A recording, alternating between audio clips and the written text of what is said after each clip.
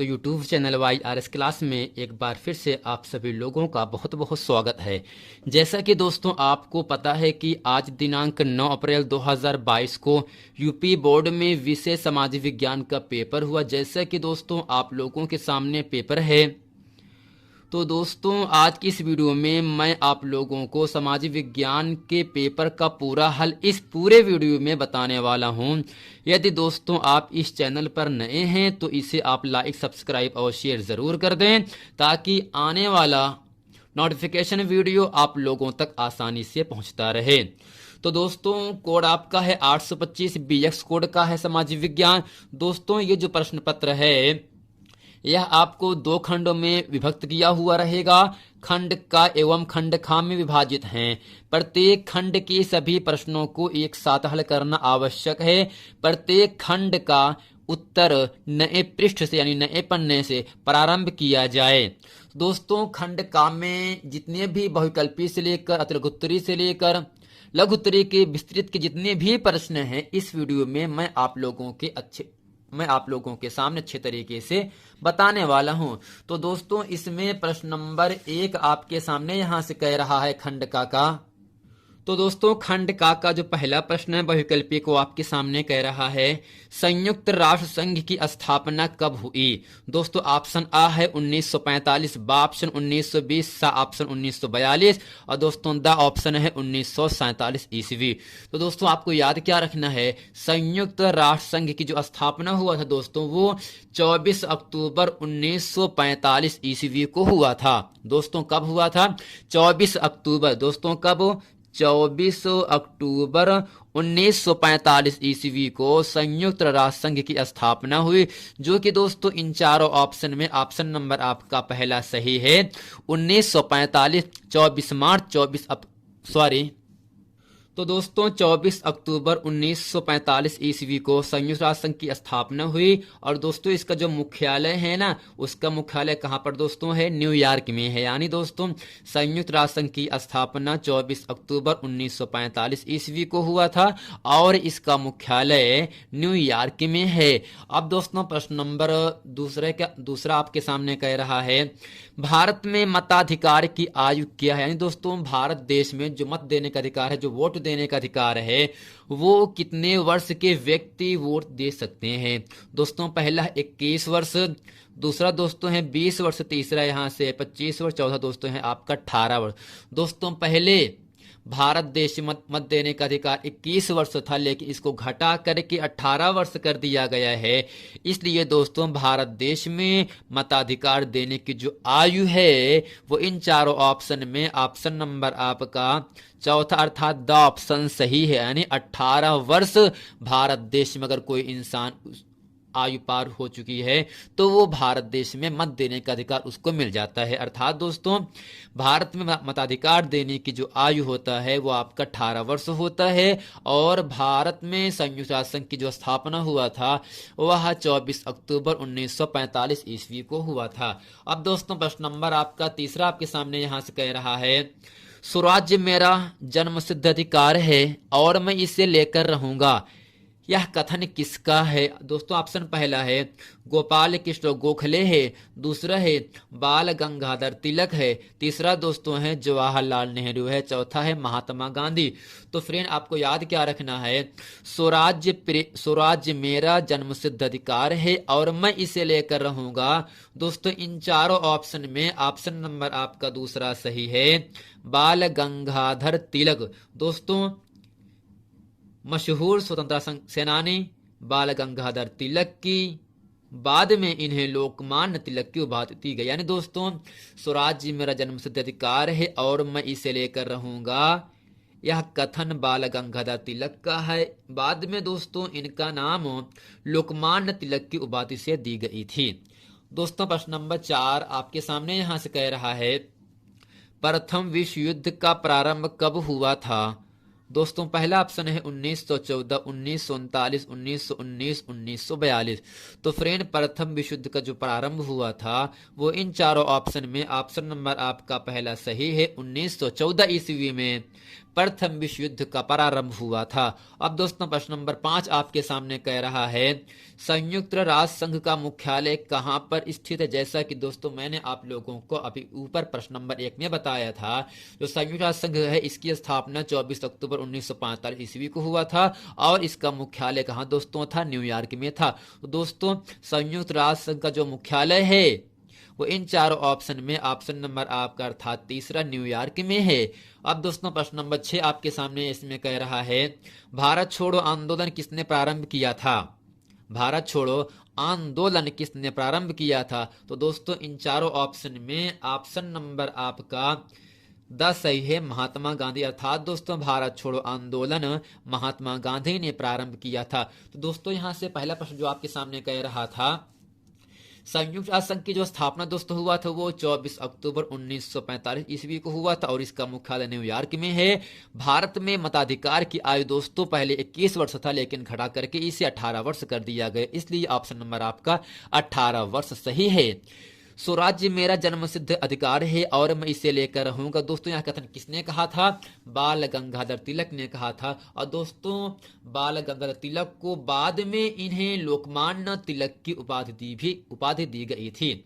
अब दोस्तों प्रश्न नंबर 4 है प्रथम विश्व युद्ध का प्रारंभ कब हुआ था। 1914 ईस्वी में प्रथम विश्व युद्ध का प्रारंभ हुआ था और दोस्तों संयुक्त राष्ट्र संघ का जो मुख्यालय है वो आपका न्यूयॉर्क में है, इसलिए ऑप्शन नंबर आपका 7 सही है। तीसरा सही है भारत छोड़ो आंदोलन किसने प्रारंभ किया था दोस्तों। तो दोस्तों भारत छोड़ो आंदोलन का प्रारंभ इन चारों ऑप्शन में महात्मा गांधी ने प्रारंभ किया था। दोस्तों उम्मीद करते हैं खंडका के जितने भी बहुविकल्पीय प्रश्न थे इससे अच्छे तरीके से आप लोगों को समझ में आ गया होगा। अब दोस्तों यहाँ प्रश्न नंबर आपके सामने 7 कह रहा है, जो कि दोस्तों अतिलगुत्तरी का प्रश्न है, 2 नंबर के लिए आपसे पूछा जाता है। दोस्तों प्रश्न नंबर आपका यहाँ से 7वां कह रहा है 2 अक्टूबर को जन्म लेने वाले किन्हीं 2 प्रसिद्ध भारतीयों के नाम लिखिए। दोस्तों दूसरा है फ्रांस की क्रांति से संबंधित किन्हीं 2 दार्शनिकों के नाम लिखिए। और दोस्तों प्रश्न नंबर 9 आपके सामने है संघीय शासन व्यवस्था की कोई 2 प्रमुख विशेषता लिखिए। तो दोस्तों प्रश्न नंबर 7, 8, 9 अच्छे तरीके से हम पढ़ते हैं और समझते हैं। तो दोस्तों इसके उत्तर में हेडिंग करते हैं 2 अक्टूबर को जन्म लेने वाले 2 प्रसिद्ध भारतीय निम्नलिखित हैं। दोस्तों पहला है महात्मा गांधी, जबकि दोस्तों इनका जो जन्म हुआ था 2 अक्टूबर 1869 ईस्वी को। कब दोस्तों 2 अक्टूबर 1869 ईस्वी को महात्मा गांधी का जन्म हुआ था। और दोस्तों महात्मा गांधी को हम बापू या राष्ट्रपिता के नाम से भी हम इन्हें पुकारते हैं। दोस्तों दूसरा है लाल बहादुर शास्त्री जी, अर्थात दोस्तों महात्मा गांधी और लाल बहादुर शास्त्री जी का जन्म 2 अक्टूबर को हुआ था। दोस्तों प्रश्न नंबर 8 आपके सामने इसमें कह रहा है फ्रांस की क्रांति से संबंधित किन्हीं 2 दार्शनिकों के नाम लिखिए। अब दोस्तों इसके उत्तर में हेडिंग करते हैं हम यहाँ से फ्रांस की क्रांति से संबंधित 2 दार्शनिक निम्नलिखित हैं। दोस्तों पहला है मॉन्टेस्क्यू, दूसरा है वॉल्टेयर। दोस्तों मॉन्टेस्क्यू और वॉल्टेयर जो हैं ये फ्रांस की क्रांति के 2 प्रमुख दार्शनिक हैं। दोस्तों मॉन्टेस्क्यू और वॉल्टेयर जैसे महान दार्शनिकों और लेखकों दिदरो क्वेसेन के विचारों से प्रभावित होकर स्वतंत्रता की मांग करने लगे थे। तो दोस्तों आपको याद क्या रखना है, फ्रांस की क्रांति से संबंधित किन्हीं 2 दार्शनिक का नाम क्या होगा, मॉन्टेस्क्यू और वॉल्टेयर हैं। अब दोस्तों प्रश्न नंबर आपका 9वां आपके सामने इसमें कह रहा है संघीय शासन व्यवस्था की 2 प्रमुख विशेषताएं लिखिए। दोस्तों हेडिंग करते हैं संघीय शासन की 2 प्रमुख विशेषताएं निम्नलिखित हैं। दोस्तों पहला क्या होगा, सत्ता का विकेंद्रीकरण है। दूसरा दोस्तों क्या होगा, सत्ता का संविधान द्वारा स्पष्ट बंटवारा। दोस्तों संघीय शासन की 2 विशेषताएं आपको नाम क्या क्या याद रखना है, सत्ता का विकेंद्रीकरण है, दूसरा क्या होगा सत्ता का संविधान द्वारा स्पष्ट बंटवारा। अब दोस्तों लघु उत्तरीय का प्रश्न नंबर 10 आपके सामने यहां से कह रहा है भारतीय राष्ट्रीय आंदोलन में भाग लेने वाले किन्हीं 3 नेताओं के नाम लिखिए। दोस्तों आपसे अथवा से पूछ सकता है यहाँ से, प्रथम स्वतंत्रता संग्राम की असफलता के लिए उत्तरदायी कोई 3 कारण लिखिए। दोस्तों प्रश्न नंबर 10 में अथवा चाहे इसको, इन दोनों में केवल आपको एक करना है और आपको 3 नंबर की प्राप्ति होगी। तो दोस्तों प्रश्न नंबर 10 हम पढ़ते हैं, भारतीय राष्ट्रीय आंदोलन में भाग लेने वाले किन्हीं 3 नेताओं के नाम लिखिए। आइए दोस्तों प्रश्न नंबर 10 का उत्तर अच्छे तरीके से हम पढ़ते हैं। तो दोस्तों आपको याद क्या रखना है, भारतीय राष्ट्रीय आंदोलन में भाग लेने वाले चरपंथी नेता थे। कितने दोस्तों नेता थे? 4 नेता थे। दोस्तों पहला क्या है, लाला लाजपत राय हैं। दूसरा दोस्तों क्या है, बाल गंगाधर तिलक हैं। दोस्तों तीसरा है विपिन चंद्र पाल, और दोस्तों चौथा है अरबिंदो घोष। यानी दोस्तों चरपंथी नेता थे लाला लाजपत राय, बाल गंगाधर तिलक, विपिन चंद्र पाल और अरबिंदो घोष। पीपीपी मार्ग के बजाय इन्होंने आत्मनिर्भरता, रचनात्मकता, कार्य और स्वदेशी पर जोर दिया।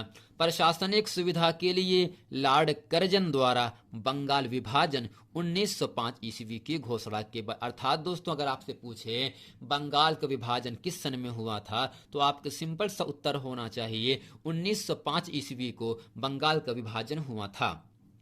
1905 में स्वदेशी और बहिष्कार संकल्प पारित किया गया था। दोस्तों आपको याद क्या रखना है, भारतीय राष्ट्रीय आंदोलन में भाग लेने वाले 3 या 4 नेताओं का नाम क्या क्या है। पहला है लाला लाजपत राय है, बाल गंगाधर तिलक हैं, विपिन चंद्र पाल हैं और अरबिंदो घोष जी हैं।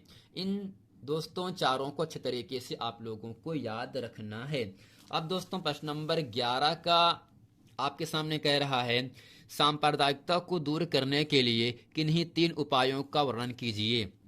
दोस्तों इसका अथवा का प्रश्न आपके सामने कह रहा है, महात्मा गांधी द्वारा चलाए गए किन्हीं 3 आंदोलनों के नाम लिखिए। तो दोस्तों प्रश्न नंबर 11 में जो अथवा का प्रश्न है, जो 3 नंबर के लिए आपसे पूछा गया है, इसको अच्छे तरीके से हम पढ़ते हैं और समझते हैं। अब दोस्तों इसके उत्तर में हेडिंग करते हैं यहाँ से हम, महात्मा गांधी जी के द्वारा चलाए गए आंदोलन निम्नलिखित प्रकार के हैं। दोस्तों पहला क्या है, चंपारण सत्याग्रह आंदोलन, ये दोस्तों 1917 ईस्वी। तो दोस्तों महात्मा गांधी जी के द्वारा जो दूसरा आंदोलन है वो क्या है, खेड़ा सत्याग्रह आंदोलन, ये दोस्तों 1918 ईस्वी में हुआ। अब दोस्तों तीसरा है अहमदाबाद मिल मजदूर आंदोलन, दोस्तों ये 1918 ईस्वी में हुआ था। दोस्तों खिलाफत आंदोलन 1920 ईस्वी में और असहयोग आंदोलन 1920 ईस्वी में। दोस्तों चंपारण आंदोलन कब हुआ था? 17 ईस्वी में। खेड़ा सत्याग्रह आंदोलन 1918 ईस्वी में। अहमदाबाद मिल मजदूर आंदोलन 1918 ईस्वी में। खिलाफत आंदोलन और असहयोग आंदोलन दोस्तों 1920 ईस्वी में हुआ था। अब दोस्तों प्रश्न नंबर आपके सामने 12 कह रहा है, भारतीय लोकतंत्र के समक्ष कौन कौन सी प्रमुख चुनौतियां हैं। या दोस्तों आपसे पूछ सकता है, भारत में किस तरह की जातिगत असमानताएं आज भी व्याप्त हैं। दोस्तों इन दोनों प्रश्नों में हम आप लोगों को प्रश्न नंबर 12 बताएंगे। अब दोस्तों प्रश्न नंबर 12 में हम यहां से लिखते हैं इसके उत्तर में। तो दोस्तों प्रश्न है, भारतीय लोकतंत्र के समक्ष कौन कौन सी प्रमुख चुनौतियां हैं। तो दोस्तों जो पहला चुनौती क्या आपका है, निरक्षरता है। दोस्तों इसमें लिखेंगे, निरक्षरता भारतीय लोकतंत्र के समक्ष बड़ी समस्या है। आजादी के बाद से भारत के लोकतंत्र को निरक्षरों से बड़ी चुनौतियों का सामना करना पड़ा है, क्योंकि लोगों की शिक्षा और राष्ट्र का सामाजिक आर्थिक विकास दोनों ही लोकतंत्र को प्राप्त करने के लिए महत्वपूर्ण है। अब दोस्तों दूसरा क्या है, इसकी चुनौतियां गरीबी है। अब दोस्तों इसमें लिखेंगे, लोकतंत्र के समक्ष सबसे बड़ी बाधा गरीबी है। एक गरीब व्यक्ति अपने वोट के अधिकार की परवाह नहीं करता और वे केवल भोजन चाहते हैं। भारत में कुछ लोग अभी भी गरीबी रेखा से नीचे जीवन यापन करते हैं, अर्थात जिंदगी गुजार रहे हैं। अब दोस्तों इनका तीसरा चुनौती क्या आपका है, जातिवाद। अब दोस्तों इसमें लिखेंगे, लोगों के बीच जातिवाद भारतीय लोकतंत्र के समक्ष प्रमुख चुनौतियां हैं। भारत में जाति व्यवस्था आर्यों द्वारा स्थापित की गई थी। दोस्तों जो जातिवाद है, ये भारत में जाति व्यवस्था जो है वो आर्यों के द्वारा स्थापित किया गया था और देश के कुछ हिस्सों में इसका उपयोग जारी है। इस व्यवस्था ने निम्न जातियों और उच्च जातियों के बीच अलगाव को जन्म दिया। अब दोस्तों अगला यहां से आपका आता है सांप्रदायिकता चुनौती।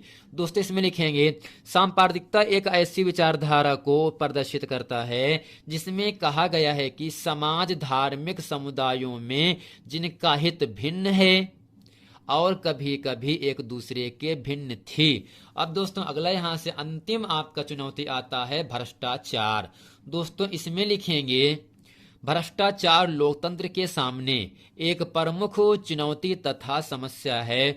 भूमि, स्वास्थ्य और शिक्षा, संपत्ति, उद्योग और परिवहन, कृषि, सशस्त्र बल और धार्मिक संस्थाओं सहित सभी क्षेत्रों में इसकी जड़ें काफी मजबूत हैं। तो दोस्तों भारतीय लोकतंत्र के समक्ष कौन कौन सी चुनौतियां हैं? निरक्षरता है, गरीबी है, जातिवाद है, सांप्रदायिकता है और दोस्तों क्या है? भ्रष्टाचार है। तो दोस्तों यदि हम इतना पूरा लिखेंगे तभी हमको 6 नंबर की प्राप्ति होगी।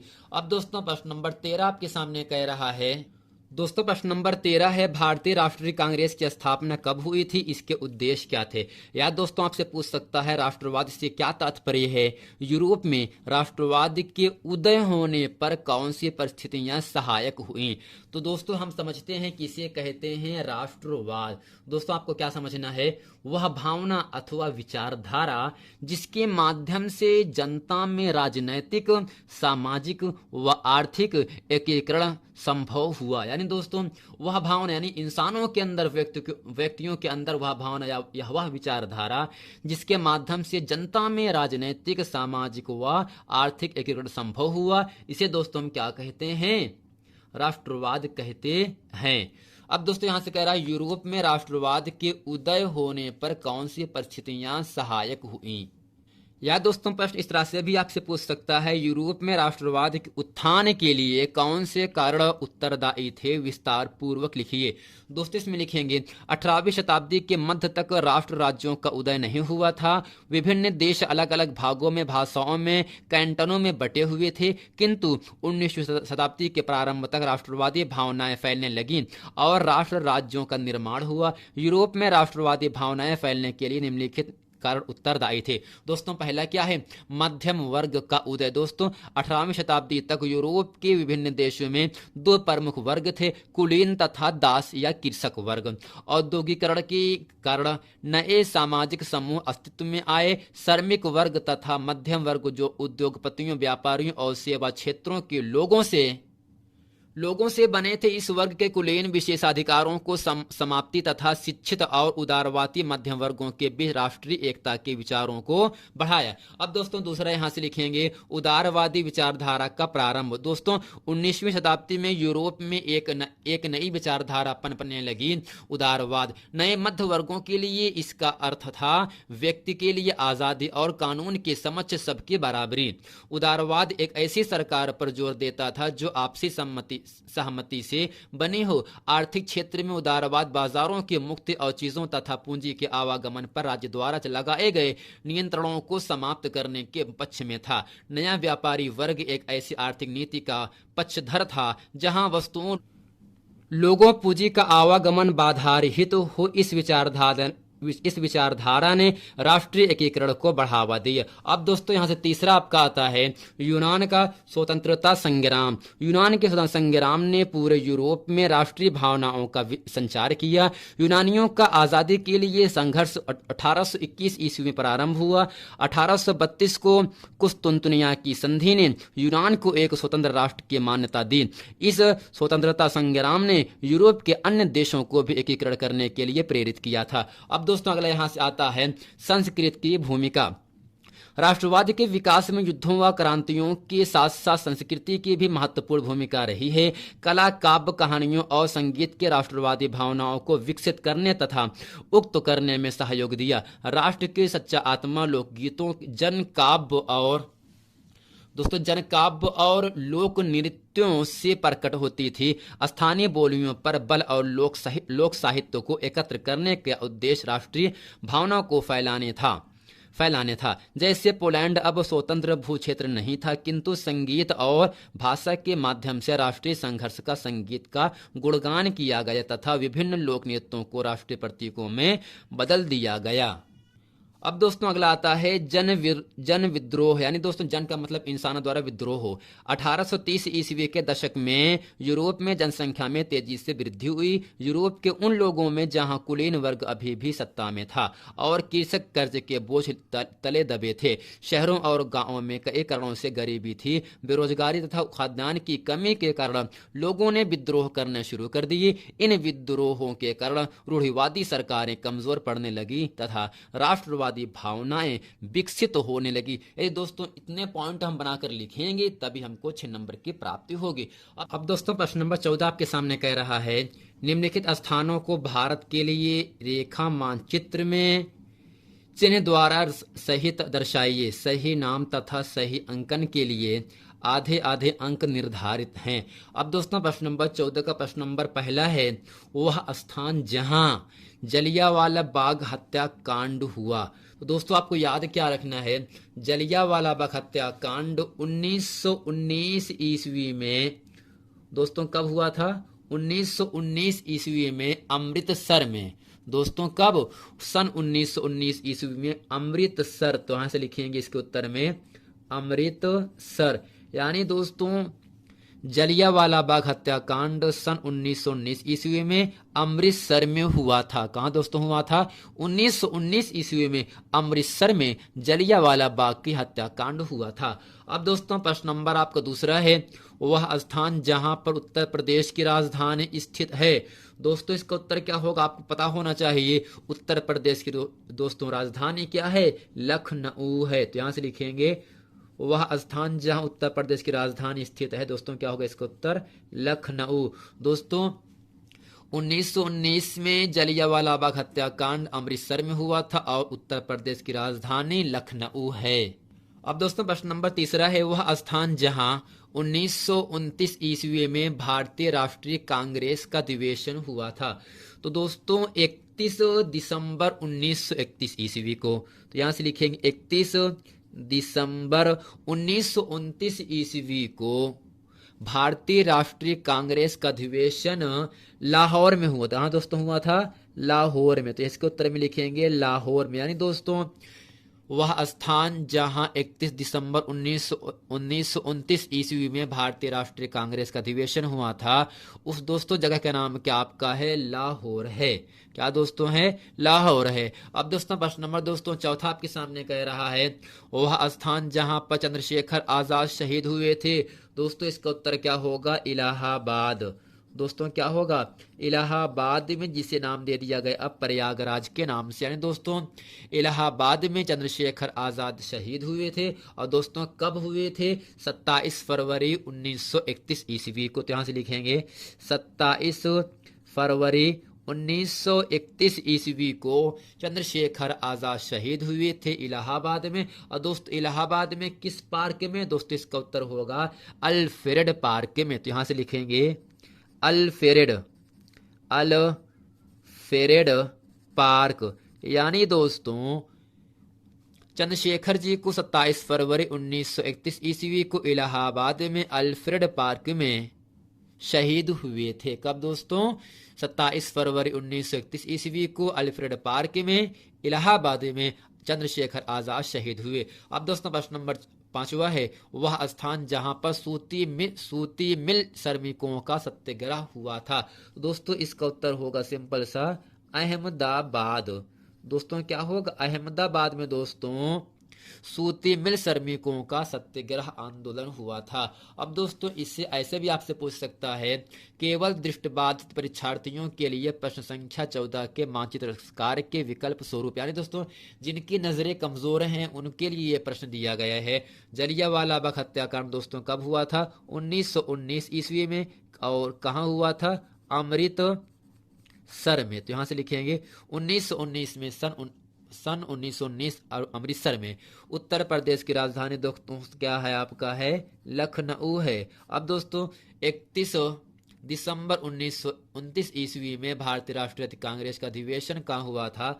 दोस्तों इसका उत्तर होगा लाहौर में। कहाँ दोस्तों? लाहौर में। और चंद्रशेखर आजाद कहाँ पर शहीद हुए थे? तो यहाँ से लिखेंगे इलाहाबाद में। इलाहाबाद में 27 फरवरी 1931 ईस्वी को अल्फ्रेड पार्क में चंद्रशेखर आजाद शहीद हुए थे। अब दोस्तों सूती मिल श्रमिकों का सत्याग्रह कहाँ हुआ था? दोस्तों इसका उत्तर होगा आपका अहमदाबाद में। यानी दोस्तों सूती मिल श्रमिकों का सत्याग्रह आंदोलन अहमदाबाद में हुआ था। दोस्तों उम्मीद करते हैं ये खंड का कि जितने भी बहुविकल्पी, दीर्घोत्तरी, मानचित्र से संबंधित जितने भी प्रश्न थे मैंने इस वीडियो में अच्छे तरीके से आप लोगों को समझा दिए। अब दोस्तों प्रश्न नंबर 15 आपके सामने कह रहा है, इसमें कर्तन दहन कृषि, जिसे दोस्तों कहते हैं झूम कृषि, निम्नलिखित में से किस राज्य में पाई जाती है? दोस्तों पहला यहां से है उत्तर प्रदेश, दूसरा यहां से है राजस्थान, तीसरा दोस्तों है उत्तराखंड, चौथा आपका है मिजोरम। तो दोस्तों प्रश्न है कर्तन दहन कृषि या झूम कृषि निम्नलिखित में से किस राज्य में पाई जाती है? तो दोस्तों इसका सिंपल सा उत्तर हो जाता है इन चारों ऑप्शन में। ऑप्शन नंबर आपका चौथा मिजोरम। यानी दोस्तों कर्तन दहन कृषि या झूम कृषि जो होता है वह मिजोरम राज्य में पाई जाती है, जो कि ऑप्शन नंबर आपका चौथा सही है। प्रश्न नंबर दोस्तों 16 आपके सामने कह रहा है, निम्नलिखित में से कौन सा एक संभावी संसाधन है? दोस्तों निम्नलिखित में से कौन सा एक संभावी संसाधन है? दोस्तों संभावी, इसका मतलब क्या होता है? संभावी संसाधन यानी ऐसा संसाधन जिसका एक बार प्रयोग करने के बाद दोबारा प्रयोग कर सकते हैं, उसे दोस्तों संभावी संसाधन कहते हैं। यानी दोस्तों ऐसा संसाधन जिसका एक बार उपयोग करने के बाद दोबारा उपयोग कर सकते हैं या प्राप्त कर सकते हैं, ऐसे संसाधन को संभावी संसाधन कहा जाता है। दोस्तों पहला ऑप्शन यहां से है कोयला है, पेट्रोलियम है, पवन ऊर्जा है, और चाहे दोस्तों अगला बॉक्साइट है। तो दोस्तों यहां से कोयला, पेट्रोलियम, बॉक्साइट जो है इसका एक बार प्रयोग करने के बाद दोबारा हम प्रयोग नहीं कर सकते हैं, तो दोस्तों ये आपका होगा असंभावी संसाधन हो जाता है। दोस्तों इन चारों में ऑप्शन नंबर आपका तीसरा सही है, पवन ऊर्जा। इन दोस्तों पवन ऊर्जा को एक बार प्रयोग करने के बाद दोबारा हम इसे प्राप्त कर सकते हैं, प्रयोग कर सकते हैं। अगर दोबारा प्राप्त या प्रयोग कर रहे हैं तो इसे दोस्तों हम क्या कहते हैं? संभावी संसाधन कहते हैं। यानी दोस्तों ऐसा संसाधन जिसका एक बार प्रयोग करने के बाद दोबारा प्रयोग कर सकते हैं, ऐसे संसाधन को संभावी संसाधन कहा जाता है। अब दोस्तों प्रश्न नंबर आपका 17 आपके सामने कह रहा है, मुंबई हाई प्रसिद्ध है। दोस्तों क्या है? मुंबई हाई प्रसिद्ध है। दोस्तों पहला है पेट्रोलियम के लिए, दूसरा है तांबा के लिए, सौर ऊर्जा के लिए, कोयला के लिए। तो दोस्तों आपको याद क्या रखना है? मुंबई हाई प्रसिद्ध है किसके लिए? खनिज तेल की। दोस्तों खनिज तेल के लिए प्रसिद्ध है, लेकिन ऑप्शन में खनिज तेल तो है ही नहीं, तो हम लगाएंगे यहां से पेट्रोलियम के लिए। दोस्तों मुंबई हाई प्रसिद्ध है खनिज तेल के लिए, अगर ऑप्शन में खनिज तेल नहीं है तो हम लगा देंगे यहां से पेट्रोलियम के लिए, जो कि ऑप्शन नंबर आपका पहला सही है। अर्थात दोस्तों मुंबई हाई पेट्रोलियम या खनिज तेल के लिए प्रसिद्ध है, जो कि ऑप्शन आपका पहला सही है। अब दोस्तों प्रश्न नंबर 18 आपके सामने यहां से कह रहा है, निम्नलिखित में से कौन सी फसल मोटे अनाज के अंतर्गत सम्मिलित की जाती है? दोस्तों ऐसी कौन सी फसल है जो मोटे अनाज के लिए मोटे अनाज के अंतर्गत आती है? दोस्तों यहां से ऑप्शन पहला है चना है, मूंगफली है, ज्वार है, मूंग है। तो दोस्तों आपको याद क्या रखना है? मोटे अनाज के अंतर्गत आने वाली जो फसल है उसका नाम क्या आपका है? ज्वार है, जो कि इन चारों ऑप्शन में ऑप्शन नंबर आपका तीसरा अर्थात ज्वार। अर्थात दोस्तों मोटे फसल या मोटे अनाज के अंतर्गत आने वाले जो आपकी फसल है वो आपका है दोस्तों ज्वार है, जो कि ऑप्शन आपका तीसरा सही है। अब दोस्तों प्रश्न नंबर 19 आपके सामने कह रहा है, सामान्यतः किसी देश का विकास निम्नलिखित में से किस आधार पर निर्धारित किया जाता है? दोस्तों पहले प्रति व्यक्ति आय, औसत साक्षरता स्तर, लोगों की स्वास्थ्य स्थिति, और दोस्तों अगला है उपर्युक्त सभी। दोस्तों आपको याद क्या रखना है? सामान्यतः किसी देश का विकास किस आधार पर निर्धारित किया जा सकता है? दोस्तों इन चारों ऑप्शन में ऑप्शन नंबर आपका पहला होता है प्रति व्यक्ति आय। दोस्तों क्या है? प्रति व्यक्ति आय। अब दोस्तों हम ये समझ लेते हैं किसे कहते हैं प्रति व्यक्ति आय। तो दोस्तों इसमें ऑप्शन आपका पहला सही है, प्रति व्यक्ति आय। अब प्रश्न ये बनता है किसे कहते हैं प्रति व्यक्ति आय? एक देश के सामान्य निवासियों द्वारा, एक देश के सामान्य निवासियों द्वारा अर्जित आय को यानी प्राप्त की गई या कमाई गई कुल आय को प्रति व्यक्ति आय कहते हैं। यानी दोस्तों एक देश के सामान्य निवासियों द्वारा, सामान्य निवासियों के जो व्यक्ति होते हैं उनके द्वारा कमाई गई पूंजी को या कमाई गई धन को हम क्या कहते हैं? प्रति व्यक्ति आय कहते हैं। या दोस्तों हम इसी तरह से भी लिख सकते हैं किसी देश की कुल राष्ट्रीय आय को, किसी देश की कुल राष्ट्रीय आय को कुल जनसंख्या से भाग देने पर प्राप्त राशि को दोस्तों प्रति व्यक्ति आय कहते हैं। यानी दोस्तों किसी देश की राष्ट्रीय आय, जितनी राष्ट्रीय आय रहे और जो कुल जनसंख्या रहे उनसे हमें भाग करने के बाद जो राशि प्राप्त होती है उसे ही कहा जाता है प्रति व्यक्ति आय कहा जाता है। अब दोस्तों प्रश्न नंबर 20 आपके सामने कह रहा है जो कि बहुविकल्पीय का अंतिम प्रश्न है। निम्नलिखित में से किस आधार पर सार्वजनिक और निजी क्षेत्र विभाजित हैं? दोस्तों पहला है रोजगार की शर्तें, दूसरा है आर्थिक गतिविधि के स्वभाव, दोस्तों तीसरा है उद्यमों के स्वामित्व, दोस्तों अगला है उद्यमों में नियोजित श्रमिकों की संख्या। तो दोस्तों आपको याद क्या रखना है, किस आधार पर सार्वजनिक और निजी क्षेत्र विभाजित हैं? दोस्तों इन चारों ऑप्शन में ऑप्शन नंबर आपका तीसरा अर्थात उद्यमों के स्वामित्व के आधार पर सार्वजनिक और निजी क्षेत्र विभाजित हैं। अब दोस्तों प्रश्न नंबर 21 आपके सामने यहां से कह रहा है पुनः चक्रीय प्राकृतिक संसाधन किन्हें कहते हैं? कोई दो उदाहरण दीजिए। दोस्तों पुनः चक्रीय प्राकृतिक हम क्या कहते हैं? अनवीकरणीय संसाधन भी कहते हैं। आइए दोस्तों प्रश्न नंबर 21 पढ़ते हैं। दोस्तों इसके उत्तर में लिखते हैं पुनः चक्रीय प्राकृतिक संसाधन वे होते हैं जिन्हें प्राकृतिक प्रक्रियाओं द्वारा बनाया या फिर से पुनः उत्पादित किया जा सकता है। वायु, जल, मृदा, वनस्पति और जंतु प्राथमिक नवीकरणीय संसाधन हैं क्योंकि वे प्राकृतिक रूप से पुनर्चक्रित एवं स्वयं जनन द्वारा उत्पन्न होते हैं। दोस्तों सिंपल क्या समझना है, ऐसा संसाधन जिसका एक बार प्रयोग करने के बाद दोबारा प्रयोग कर सकते हैं, ऐसे संसाधन को पुनः चक्रीय प्राकृतिक संसाधन या नवीकरणीय संसाधन कहलाते हैं। दोस्तों जैसे क्या है, जल है, जल को हम एक बार प्रयोग करने के बाद दोबारा प्रयोग कर सकते हैं ना दोस्तों, तो इसे यही क्या होगा आपका पुनः चक्रीय प्राकृतिक संसाधन होता। दूसरा एक होता है दोस्तों अनविकरणीय संसाधन, यानी ऐसा संसाधन जिसका एक बार प्रयोग करने के बाद करोड़ों वर्षों लग जाते हैं दोबारा प्राप्त करने के लिए, ऐसे संसाधन को हम कहते हैं अनविकरणीय संसाधन कहा जाता है। जैसे दोस्तों पेट्रोल हो गया, पेट्रोल को जब जल जाता है तो उसको प्राप्त करने के लिए हमें काफी समय लग जाता है दोस्तों, यानी जिस संसाधन का प्रयोग करने के बाद दोबारा प्रयोग कर पाएंगे उसे कहते हैं पुनः चक्रीय प्राकृतिक संसाधन या नवीकरणीय संसाधन कहा जाता है। और जिन संसाधनों का प्रयोग एक बार प्रयोग करने के बाद दोबारा प्रयोग नहीं कर सकते हैं या दोबारा प्राप्त करने के लिए करोड़ों वर्षों लग जाते हैं, ऐसे संसाधन को दोस्तों अनविकरणीय स्रोत कहा जाता है। अब दोस्तों प्रश्न नंबर 22 आपके सामने यहां से कह रहा है अर्थव्यवस्था के संगठित क्षेत्र में रोजगार की दो विशेषताएं बताइए। अब दोस्तों इसके उत्तर में हम हेडिंग करते यहां से हैं अर्थव्यवस्था के संगठित क्षेत्र में रोजगार के दो विशेषताएं बताइए। दोस्तों इसके उत्तर में लिखते हैं इसमें कर्मचारियों को, इसमें यानी काम करने वाले लोग, इसमें कर्मचारियों को रोजगार सुरक्षा के लाभ मिलते हैं।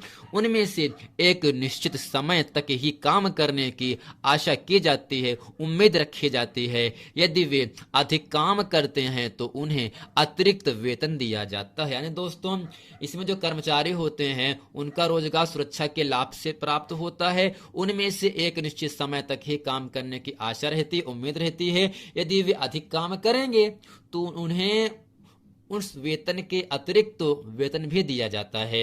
अब दोस्तों अगला प्रश्न आपके सामने यहां से आता है अल्प रोजगार किसे कहते हैं? अल्प रोजगार यानी दोस्तों थोड़े समय के लिए जो रोजगार होता है वही दोस्तों अल्प रोजगार होता है, यानी कम समय की जो बिजनेस लोग करते हैं, ठीक वही क्या होता है अल्प रोजगार। अब दोस्तों यहां से इसके उत्तर में हम लिखते हैं किसी क्षेत्र में आवश्यकता से अधिक लोगों का नियोजन होना अल्प रोजगार कहलाता है। अगर दोस्तों कोई कंपनी है उसमें केवल 20 लोगों को ही काम करना है तो आ गए 50 लोग। दोस्तों जब 50 लोग आ जाएंगे तो हम वो उसमें जो काम करेंगे लोग कम काम कर पाएंगे। अगर काम को कम कर पाएंगे तो पैसा कम मिलेगा, जब पैसा कम मिलेगा तो जल्दी काम को छोड़ देते हैं। यही दोस्तों क्या होता है, अल्प रोजगार होता है। यानी किसी क्षेत्र में आवश्यकता से अधिक लोगों का नियोजन होना, जमावड़ा होना अल्प रोजगार कहलाती है। कृषि क्षेत्र में जहां परिवार के सभी सदस्य कार्य करते हैं, प्रत्येक व्यक्ति कुछ न कुछ काम करता दिखाई पड़ता है, किंतु वास्तव में उसका श्रम यानी मेहनत प्रयास विभाजित है। यानी श्रम यानी मेहनत बेकार नहीं जाता, जायज नहीं जाता और किसी को भी पूर्ण रोजगार प्राप्त नहीं है। यही अल्प रोजगार की स्थिति में आता है। अब दोस्तों प्रश्न नंबर 24 आपके सामने यहां से कह रहा है, हमें खनिजों की संरक्षण की आवश्यकता क्यों है। दोस्तों हमें खनिजों के संरक्षण की आवश्यकता क्यों। अब दोस्तों प्रश्न बनता किसे कहते हैं खनिज। पृथ्वी के अंदर से प्राप्त होने वाले पदार्थों को खनिज कहा जाता है, जैसे पेट्रोल, डीजल, मिट्टी का तेल, कोयला, सोना, चांदी, ये सब दोस्तों क्या है, पृथ्वी के अंदर से प्राप्त होते हैं। इसीलिए इन सभी पदार्थों को हम कहते हैं खनिज पदार्थ कहते हैं। अब दोस्तों इसके उत्तर में यहां से हम लिखते हैं, हमें खनिजों की संरक्षण की आवश्यकता इसलिए है क्योंकि उद्योगों और कृषि दोनों ही खनिजों पर निर्भर करते हैं। खनिजों का प्रयोग लाखों वर्षों से अधिक हो रहा है। खनिज संसाधन सीमित तथा अनवीकरणीय योग्य, अभी मैंने दोस्तों आपको बताया था, ऐसा संसाधन जिसका एक बार प्रयोग करने के बाद दोबारा प्रयोग नहीं कर सकते हैं या दोबारा प्राप्त करने के लिए करोड़ों वर्षों लग जाते हैं, ऐसे संसाधन को दोस्तों अनवीकरणीय स्रोत कहा जाता है या अनवीकरणीय संसाधन कहा जाता है। अयस्क के निरंतर खनन से यानी खोदने से लागत बढ़ती है क्योंकि उत्खनन की गहराई बढ़ने के साथ साथ उसकी गुणवत्ता घटती जाती है। दोस्तों उम्मीद करते हैं प्रश्न नंबर 24 भी इसे अच्छे तरीके से आप लोग समझ गए होंगे। अब दोस्तों प्रश्न नंबर 25 आपके सामने यहां से कह रहा है, अर्थव्यवस्था के द्वितीय क्षेत्रक से आप क्या समझते हैं, उदाहरण सहित बताइए। आइए दोस्तों हम समझते हैं अर्थव्यवस्था के द्वितीय क्षेत्र किसे कहते हैं। तो दोस्तों हम हेडिंग करते हैं काली पेन से, अर्थव्यवस्था के द्वितीय क्षेत्र गतिविधियां। दोस्तों इसमें समझेंगे और लिखेंगे, इसके अंतर्गत प्राकृतिक उत्पादों का प्रयोग करके मनुष्य के लिए जरूरी वस्तुओं का विनिर्माण किया जाता है यानी प्राप्त किया जाता, बनाया जाता है। यह प्रक्रिया किसी कारखाने, कार्यशाला या घर में हो सकती है। जैसे कपास के पौधे से प्राप्त रेशों का उपयोग कर हम कपड़ा तैयार करते हैं, मिट्टी से ईंट बनाते हैं और ईंटों से भवनों का निर्माण करते हैं। यानी दोस्तों इसके अंतर्गत हम क्या कर सकते हैं, यानी जो उत्पाद हम प्रयोग करेंगे उसको मनुष्य के लिए जरूरी वस्तुओं का निर्माण किया जाता है। यह प्रक्रिया किसी कारखाने, कार्यशाला या घर में भी हो सकता है। जैसे दोस्तों कपास के पौधे से हम क्या प्राप्त करते हैं, रेशे प्राप्त करते हैं। और दोस्तों मिट्टी से हम क्या बनाते हैं, ईंट बनाते हैं। और दोस्तों जब ईंट बन जाता है तो ईंट से दोस्तों हम क्या बनाते हैं, भवन का निर्माण करते हैं अर्थात घर बनाते हैं। यही दोस्तों क्या है, द्वितीय क्षेत्र गतिविधियां के अंतर्गत आता है, अर्थात अर्थव्यवस्था के द्वितीय क्षेत्र कहा जाता है।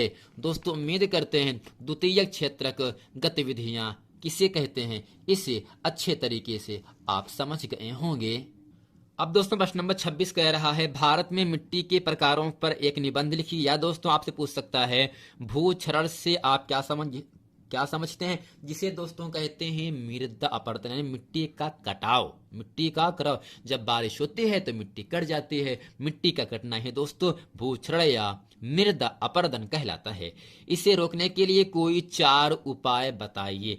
आइए दोस्तों हम समझते हैं भूक्षरण किसे कहते हैं अर्थात मृदा अपरदन किसे कहते हैं। इसको रोकने के लिए कोई 4 उपाय हम आप लोगों को अच्छे तरीके से बताएंगे।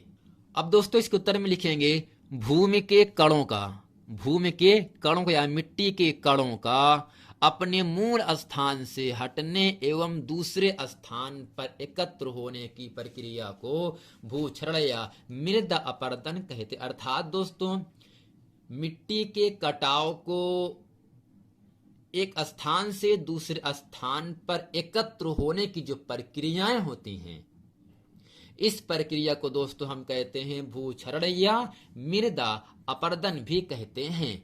अब दोस्तों हेडिंग करते हैं भूक्षरण के रोकने के उपाय यानी मृदा अपरदन रोकने के उपाय। अब दोस्तों इसमें पहला उपाय क्या आपको है, समोच्च जुताई जिसे कहते हैं दोस्तों कंटूर कल्टीवेशन इंग्लिश में कहते हैं। दोस्तों दूसरा उपयोग क्या होगा, पट्टीदार खेती जिसे कहते हैं स्ट्रिप क्रॉपिंग, अर्थात दोस्तों इंग्लिश में कहते हैं पट्टीदार खेती को स्ट्रिप क्रॉपिंग कहते हैं। और दोस्त तीसरा है भू परिष्करण प्रक्रियाएं जिसे दोस्तों कहा जाता है टिलेज प्रैक्टिसेज कहते हैं अंग्रेजी में। दोस्तों अगला अर्थात चौथा उपाय क्या होगा, वायु अवरोधक जिसे कहते हैं दोस्तों विंड ब्रेक। दोस्तों वायु का मतलब हवा, अवरोधक का मतलब रोकना, यानी जिसे कहते हैं विंड ब्रेक अर्थात हवा को रोकना। व आश्रय आवरण जिसे कहते हैं दोस्तों शेल्टर बेल्ट, यानी दोस्तों वायु अवरोधक व आश्रय आवरण को हम क्या कहते हैं, विंड ब्रेक तथा शेल्टर बेल्ट कहते हैं। दोस्तों मिट्टी के अपने मूल स्थान से कट करके दूसरे मूल स्थान पर एकत्र होने की जो प्रक्रिया होती है उसे दोस्तों कहा जाता है भूक्षरण या मृदा अपरदन कहते हैं। इसको दोस्तों रोकने के 4 उपाय होते हैं, समोच्च जुताई है, पट्टीदार खेती है, भू परिष्करण प्रक्रिया है या वायु अवरोधक व आश्रय आवरण है। अब दोस्तों प्रश्न नंबर आपका 27 आपके सामने यहां से कह रहा है भारत में वैश्वीकरण के प्रभाव पर प्रकाश डालिए। जैसा कि दोस्तों 6 नंबर के लिए आपसे पूछा गया ये प्रश्न, या दोस्तों आपसे पूछ सकता है उपभोक्ता आंदोलन के कारण बताइए हम उपभोक्ता आंदोलन को कैसे आगे बढ़ा सकते हैं। आइए दोस्तों हम समझते हैं भारत में वैश्वीकरण के प्रभाव पर प्रकाश डालिए, अर्थात इसका उत्तर हमें किस प्रकार से लिखना है। दोस्तों प्रश्न बनता है किसे कहते हैं वैश्वीकरण, किसे कहते हैं वैश्वीकरण। दोस्तों हम आपको बताएंगे अधिक विदेश व्यापार और अधिक विदेश निवेश के कारण विभिन्न देशों के बाजारों एवं उत्पादनों में एकीकरण हो रहा है। विभिन्न देशों के बीच परस्पर संबंध और तीव्र एकीकरण की प्रक्रिया ही दोस्तों क्या कहलाती है, वैश्वीकरण कहा जाता है। अर्थात दोस्तों अधिक विदेश व्यापार और अधिक विदेशी निवेश के कारण ही विभिन्न देशों के बाजारों एवं उत्पादों में एकीकरण हो रहा है। विभिन्न देशों के बीच परस्पर संबंध यानी एक दूसरे देशों के बीच जो संबंध तीव्र एकीकरण की प्रक्रिया ही दोस्तों वैश्वीकरण कहा जाता है।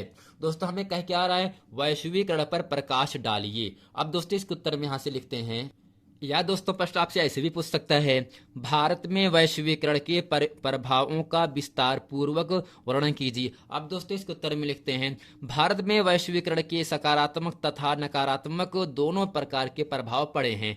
इसका संक्षिप्त वर्णन इस प्रकार है। दोस्तों पहला क्या है, सकारात्मक प्रभाव। दोस्तों इसमें लिखेंगे वैश्वीकरण के कारण उपभोक्ताओं को लाभ हुआ है। उन उपभोक्ताओं के समक्ष पहले से अधिक विकल्प हैं और वे अनेक उत्पादों की उत्कृष्टता, गुणवत्ता और कम कीमत से लाभान्वित हो रहे हैं। ये लोग पहले की तुलना में उच्चतर जीवन स्तर का प्रयोग कर रहे हैं। दोस्तों दूसरे यहाँ से है बहुराष्ट्रीय कंपनियों द्वारा भारत में माल और सेवाओं में किया जाने वाला निवेश भी उत्तरोत्तर बढ़ाया जा रहा है। 1991 से अब तक यह निवेश बढ़ता जा रहा है। दोस्तों तीसरा यहां से संबंध क्या आता है, बहुराष्ट्रीय कंपनियों ने उपभोक्ता वस्तुओं और सेवाओं में निवेश किया है। विदेशी निवेश की भी इन्हीं उद्योगों और सेवाओं में हुआ है जिनमें से निर्यात वृद्धि की संभावना है। दोस्तों अगला है वैश्वीकरण के कारण नए उद्योग स्थापित होने से रोजगार के नए अवसरों का सृजन भी हुआ है। दोस्तों अगला है उद्योगों को कच्चे माल की आपूर्ति करने वाली स्थानीय कंपनियों का विस्तार भी हुआ है। दोस्तों यहां से 5 पॉइंट हम लिखेंगे। अब दोस्तों जो अगला पॉइंट होगा, जो अगला हेडिंग होगा, नकारात्मक प्रभाव। अब दोस्तों नकारात्मक प्रभाव हम क्या लिख सकते हैं, वैश्वीकरण के बहुत से अच्छे प्रभावों के बावजूद इसके कुछ नकारात्मक प्रभाव भी रहे। उत्पादकों और कर्मचारियों पर वैश्वीकरण का समान प्रभाव नहीं पड़ा है। इसके कुछ नकारात्मक प्रभाव निम्नलिखित हैं। दोस्तों पहला क्या है, वैश्वीकरण और प्रतिस्पर्धा के दबाव से श्रमिकों के जीवन को व्यापक रूप से प्रभावित किया है। बढ़ती प्रतिस्पर्धा के कारण श्रमिकों का रोजगार लंबे समय के लिए सुनिश्चित नहीं है। यहाँ पहले कारखाने श्रमिकों को यानी काम करने वाले लोग को अस्थायी आधार पर रोजगार देते थे, वहीं वे अब अस्थायी रोजगार देते हैं, यानी कब काम करें कब उनको निकाला जाए, ताकि श्रमिकों को वर्ष भर वेतन ना देना पड़े, यानी तनख्वाह देना ना पड़े, पैसा देना ना पड़े। श्रमिकों को बहुत लंबे कार्य घंटों तक काम किया जाता है, मजदूरी काफी कम होती है, श्रमिकों को अपनी जरूरतें पूरी करने के लिए अतिरिक्त समय में भी काम करना पड़ता है। इस प्रकार हमने देखा कि वैश्वीकरण के कारण मिले लाभों में श्रमिकों को न्याय संगत हिस्सा नहीं मिला। इससे धनी उपभोक्ता, कुशल व शिक्षित लोग, धनी उत्पादक आदि ही लाभान्वित हुए हैं, अर्थात फायदेमंद हुए हैं। दोस्तों उम्मीद करते हैं खंड खा में जितने भी बहुविकल्पी, अतिलघु उत्तरी, लघु उत्तरी और दीर्घ उत्तरी के प्रश्न हैं, इसे अच्छे तरीके से आप लोग समझ गए होंगे। अब दोस्तों यहाँ आपके सामने प्रश्न नंबर 28 आपके सामने कह रहा है। इसमें दोस्तों ये कहा जा रहा है आपसे, निम्नलिखित प्रश्नों के उत्तर अपने उत्तर पुस्तिका में लिखिए, मानचित्र का प्रयोग ना कीजिए। अब दोस्तों इसमें पहला क्या आपका पॉइंट यहाँ से है, पहला आपसे कह रहा है कृष्णा नदी देश के किस भाग में बहती है। दोस्तों प्रश्न क्या है, कृष्णा नदी देश के किस भाग में बहती है। तो दोस्तों हम आपको बताना चाहते हैं, कृष्णा नदी जो है भारत में बहने वाली एक नदी है। कृष्णा भारत में बहने वाली एक नदी है। यह पश्चिमी घाट के पर्वत महाबलेश्वर से निकलती है, अर्थात दोस्तों जो आपका कृष्णा नदी है वो कहां से निकलती है, पश्चिमी घाट के पर्वत महाबलेश्वर से निकलती है। इसकी लंबाई प्रायः 1400 किलोमीटर है। यह दक्षिण पूर्व राज्य महाराष्ट्र, कर्नाटक, तेलंगाना, आंध्र प्रदेश में बहती हुई बंगाल की खाड़ी में जाकर गिर जाते हैं, अर्थात दोस्तों जो कृष्णा नदी होती है वो सीधी बंगाल की खाड़ी में जाकर गिर जाती है और यह महाबलेश्वर घाट से निकलती है। अब दोस्तों प्रश्न नंबर दूसरा है, सरदार सरोवर बांध किस नदी पर बना है। दोस्तों हम आपको बताना चाहते हैं, सरदार सरोवर बांध दुनिया का दूसरा सबसे बड़ा बांध है। यह नर्मदा नदी पर बना है। दोस्तों कहां पर बना है सरदार सरोवर बांध, नर्मदा नदी पर बना है। 138.6 मीटर ऊंचा और 1210 मीटर लंबा बांध है। यानी दोस्तों जो आपका सरदार सरोवर बांध है वह नर्मदा नदी पर बना है और 138.68 मीटर ऊंचा और 1210 मीटर लंबा बांध है। अब दोस्तों प्रश्न नंबर आपका तीसरा आपके सामने यहां से कह रहा है, उत्तरी पूर्वी भारत में चाय उत्पादक एक राज्य का नाम बताइए। यानी उत्तरी पूर्वी भारत में चाय उत्पादक एक राज्य का नाम दोस्तों क्या होगा। तो हम आपको बताना चाहते हैं असम। क्या दोस्तों, असम। तो दोस्तों असम भारत के उत्तर पूर्व में स्थित है और भारत का सबसे बड़ा चाय उत्पादक राज्य है। दोस्तों भारत देश का सबसे बड़ा चाय उत्पादक राज्य क्या है, तो आपको उत्तर होना चाहिए असम। अब दोस्तों प्रश्न नंबर चौथा है, उत्तर प्रदेश में गन्ना उत्पादक 2 जिलों के नाम बताइए। यानी दोस्तों उत्तर प्रदेश में गन्ना के 2 जिलों का नाम क्या क्या है। दोस्तों हम आपको बताना चाहते हैं, पहले स्थान पर शामली आता है, दूसरे स्थान पर मेरठ है, तीसरे स्थान पर बुलंदशहर तथा इसके अलावा सहारनपुर, मुजफ्फरनगर आदि क्षेत्र हैं। यानी दोस्तों उत्तर प्रदेश में गन्ना उत्पादक 2 जिले कौन कौन से हैं। दोस्तों पहला है शामली, दूसरा है मेरठ, तीसरा क्या है बुलंदशहर। दोस्तों इसके अलावा सहारनपुर भी है, मुजफ्फरनगर भी है आदि हैं। अब दोस्तों प्रश्न नंबर आपका 5वां है, विशाखापट्टनम बंदरगाह किस राज्य में स्थित है। विशाखापट्टनम बंदरगाह किस राज्य में स्थित है। तो दोस्तों हम आपको यह बताना चाहते हैं, विशाखापट्टनम बंदरगाह आंध्र प्रदेश राज्य में स्थित है। दोस्तों विशाखापट्टनम बंदर कहाँ स्थित है, तो आपको उत्तर होना चाहिए आंध्र प्रदेश राज्य में। आंध्र प्रदेश राज्य में विशाखापट्टनम बंदरगाह स्थित है। दोस्तों उम्मीद करते हैं ये पूरा प्रश्न वीडियो अच्छे तरीके से आप लोगों को समझ में आ गया होगा। यदि फ्रेंड आप इस चैनल पर नए हैं तो इसे आप सब्सक्राइब लाइक जरूर कर लें, ताकि इसी तरह के नेक्स्ट वीडियो आप लोगों तक आसानी से पहुंचता रहे। दोस्तों जैसा कि आपको पता है कि 12 अप्रैल को गणित का पेपर है। दोस्तों इसकी नेक्स्ट वीडियो में हम आपको बताएंगे गणित में जितने भी बहुविकल्पी अतिलघु उत्तरी जितने भी 4 नंबर के, 2 नंबर के, 6 नंबर के महत्वपूर्ण प्रश्न हैं वो इसके बाद की वीडियो में हम आप लोगों को बताएंगे। मिलते हैं फिर नेक्स्ट वीडियो में, तब तक के लिए थैंक यू।